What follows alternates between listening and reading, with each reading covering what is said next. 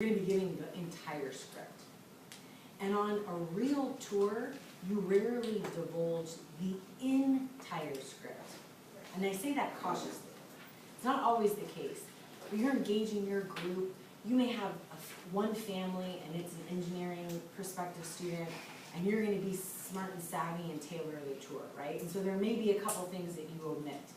So the difference is, make sure I'm saying this right, but the difference is that tour you're going to be giving the whole shebang because you're showing us you know it. You're showing us you have it in you to deliver it.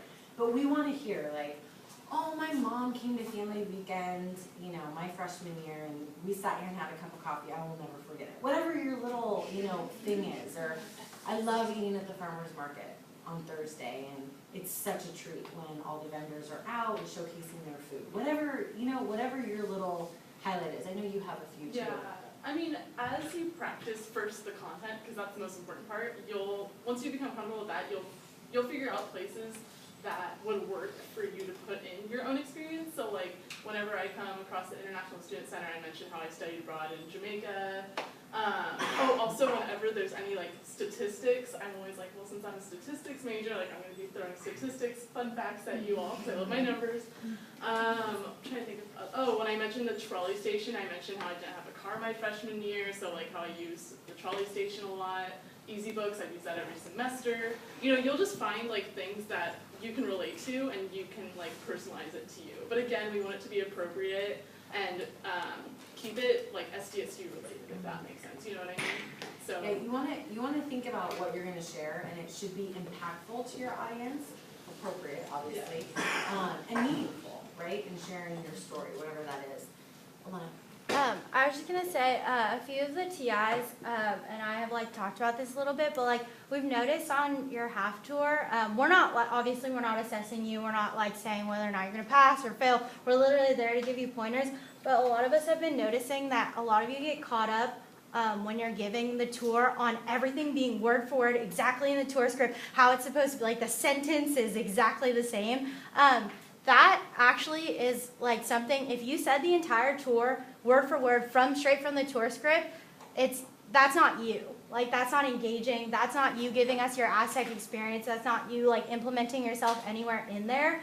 And I know like for these practice ones, you're just getting the content down, but especially for your assessment, if you delivered it word for word, like exactly how it was supposed to be, like every single sentence, it's not gonna, like, that's not how you're really going to give your tour. So don't give us that because that's not what we want from you either. So you have to deliver it, like, the content, but don't think you have to say it sentence for sentence, word for word. And don't think, like, when you're practicing that you have to, like, pause to say the next sentence. If you can't think of the next sentence, just keep going. Like, that's another thing. Like, instead of filling with ums, just say what you know. So, like, don't beat yourself up for thinking you need to know sentence by sentence, word for word.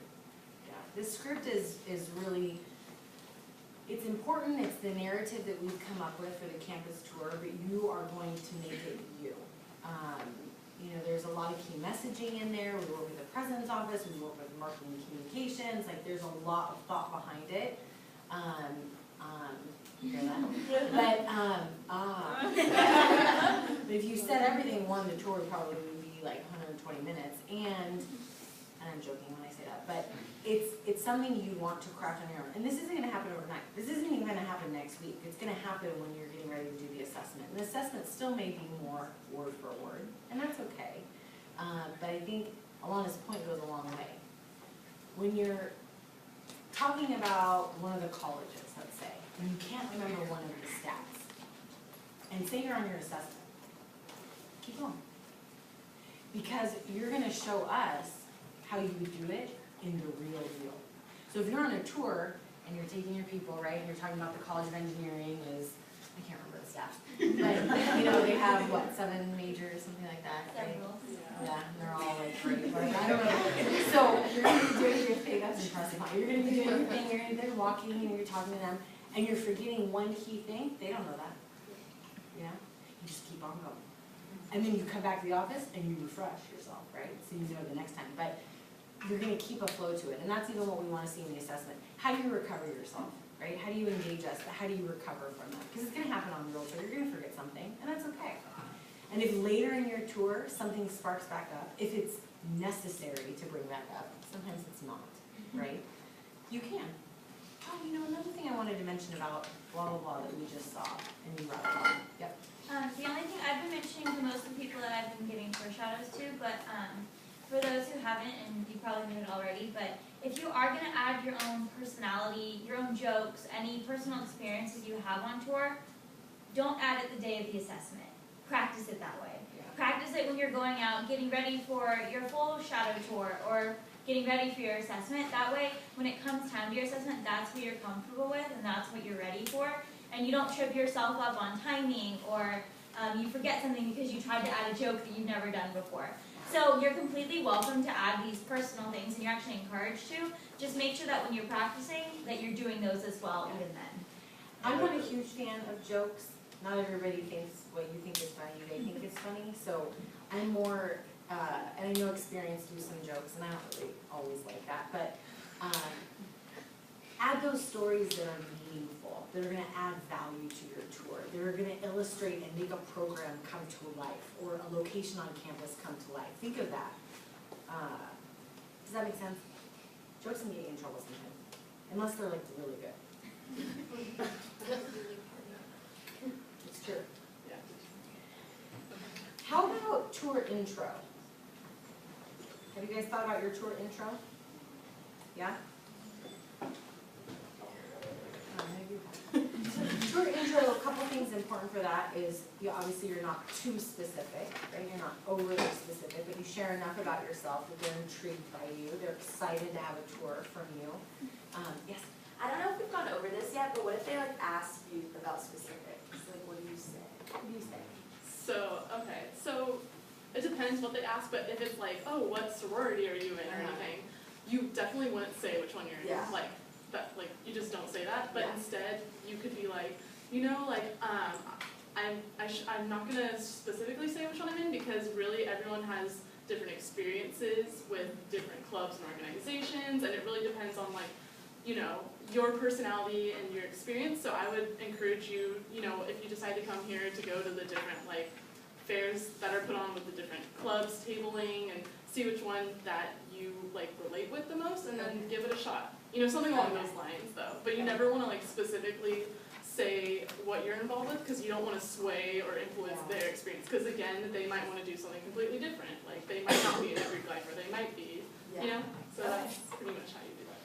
If they say something like, oh, what AS committees have you sat on, can you say some, like, can you answer that, because that's less of like a preference kind of thing, or just like an Yeah, I think the thing that you just want to think about is when you get to know these students and they're impressed by you and they're excited by you, they want to be you, and there's so much to do with the university. So, you know, I think use your judgment, but I think you want to share the breadth.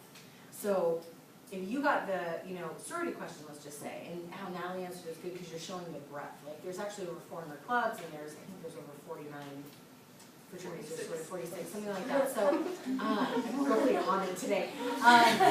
But you know, you can show the breadth of it, and then with that too, you can say, you know, I've had the pleasure of serving on boards and committees for associate students, which is an amazing way to give back, and they run the gamut from blah, blah, blah to blah, blah, blah. And then you're not exactly saying what you're on. You'll find this a lot at new student orientation, where they kind of pepper you and they want to know a lot about what you're a part of and what you do, and it's because they kind of want to emulate you, and you know, you've been successful and they want to join the things that you've done. It's flattering, but we want them to craft their own Aztec experience. One thing that you just want to make sure you don't ever say in your intro is your last name. Some of you have noticed I've been saying that in your intros when you're doing half shadows. Just say your first name. It's just to protect your own like security and privacy. So. Yeah. Another thing too, you know, when you greet your tour, this is just a matter of professionalism. You don't want to say, "Hi guys, good morning guys." You want to say, you know, "Good morning everyone, hi everyone, great to be with you today," whatever your little flair is. But guys is very like. It's exclusive. Well, it's exclusive too, but I look at it more from it's not professional. Does that make sense? It's casual. That's what I was trying. I was going with slang, but that wasn't it. It's casual, and we're not casual, right? So, you know, kind of wipe that out of your repertoire when you're on tour. So you could say all, you could say everyone, whatever that works for you. Anything else on this before we move on? We're gonna do some role playing. In the beginning, when we're like asking our participants like questions about them, is it okay to like ask them a few and then like digging up the questions later on so we don't spend like a whole bunch of time outside of student services west, or do you want us to like get all those questions out there to like start the tour up? So there's a reason why we have you ask questions. You guys following this? Why? Yes. You wanna know like who to tailor your tour towards? Yes. So, again, gonna allow you to use your judgment, but you have to ask enough in the beginning that you know, okay, I have a couple out of state, I have a couple who are gonna be living on campus, I have one who's gonna commute, or you learn, wow, I happen to have all San Diego people. So they may be a little bit more familiar with San Diego. You need to ask enough that it's gonna arm you with how to carry on your tour. Because if you don't have anyone, say you have all out-of-staters, but you know what happens to some of you now sometimes, you're gonna focus on different things, or overemphasize different things. Or you learn, maybe you have all prospective freshmen and 2 transfers randomly or something. You're gonna need to be able to be special and do both. You know what I'm saying? You're gonna have to speak to both audiences. So ask enough that it's gonna arm you well to serve them well. But if there's some questions you wanna ask later on, like, you know, who's excited about studying abroad, or I don't know, whatever that may be later on, I think that's appropriate. But you have to ask those like qualifying population questions, so you know who your tour is. Does that make sense? I know when I did the half tour, I felt super awkward with my AT. I'd be like, so, do we have any transfers? Do we have to do that for our tour assessment with whoever? You can pretend it's real, yeah. We usually tell them who we are too. Like I was always an undeclared freshman from NorCal. Oh, you do that? Oh, Oh, yeah, okay. But we let you ask us, Okay. you know? Yeah, you should engage us, like we're, like somebody who just signed up for a tour. Okay. Yep, the whole shebang. Like it's not us, Okay. which I know is hard, but. Super hard, but yeah.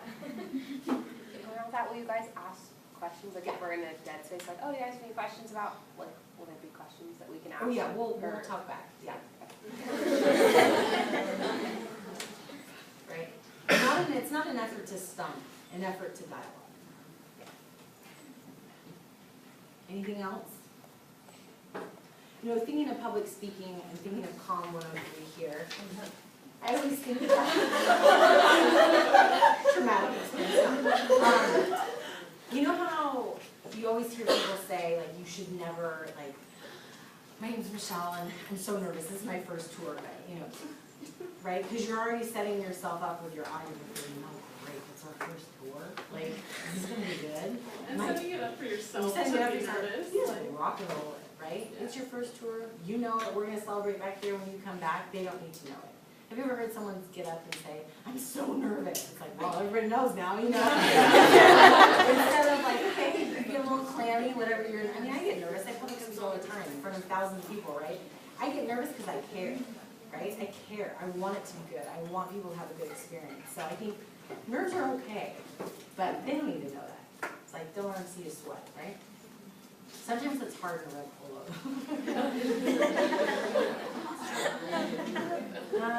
Okay, let's see here. Anything else public speaking wise? So I think the tips were good, eye contact, movement, tone, gesturing, helping put in that like sincerity into your tour. Word choice is obviously important. Telling stories is an important piece of it. What happens when things go wrong, we forget something? Keep on going, right? I like the slide that talked about preparation is key and setting a routine. Preparation is key, right? You may have your favorite pair of shoes that you wear on tour. Is it comfy? You can walk backwards, you can do your thing. Wear them, right? You may have what you eat before a tour because you know on hot days it's going to get you through the tour. Do it. You may have a water bottle you bring it. The routine is important too. You should allow yourself ample time. When you see an experienced ambassador running down the hallway, I was smart one in my office, running down the hallway, grabbing something, running back out, trying to get out there. Something's up with their routine, right? They didn't allow themselves enough time to be in that zone, in that tour zone. So allow yourself that time to breathe and to enjoy the moment. and to give it all